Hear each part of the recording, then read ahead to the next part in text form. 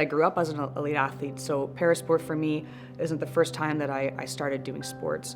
And when I had my accident, that was all torn away from me, my biggest part of my identity, right?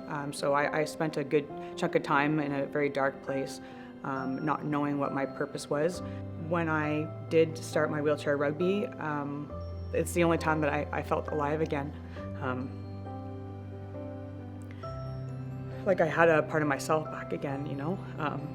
And I regretted waiting that 2.5 years as soon as I sat in the chair, but I think that's the biggest part for me of parasport is just feeling like I have a reason to be again. Yeah. I think what I've learned is that parasport represents something so much different than able-bodied sports for me. They're just in different ways, but when I was in Tokyo and I'm looking around at all these wonderful athletes, first of all, I can't believe I'm amongst them, but you know, every single one of them have a million reasons to give up, and they've chosen one not to. And it's the feeling when you're there is absolutely incredible.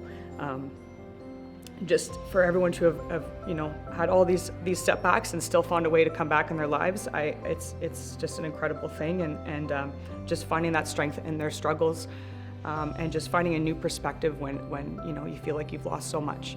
And when we're at the Paralympics or just, you know, in parasport, you know, that new perspective that gives us, I guess, opportunity, that's something that we want to pass on to the next generation. That's something we want to pass on to other people with disabilities. When we're at the games, we're celebrating our abilities. It's the one moment when we're competing that we're conquering our disabilities, you know, and just finding a little bit of normalcy in a world that is not normal at all.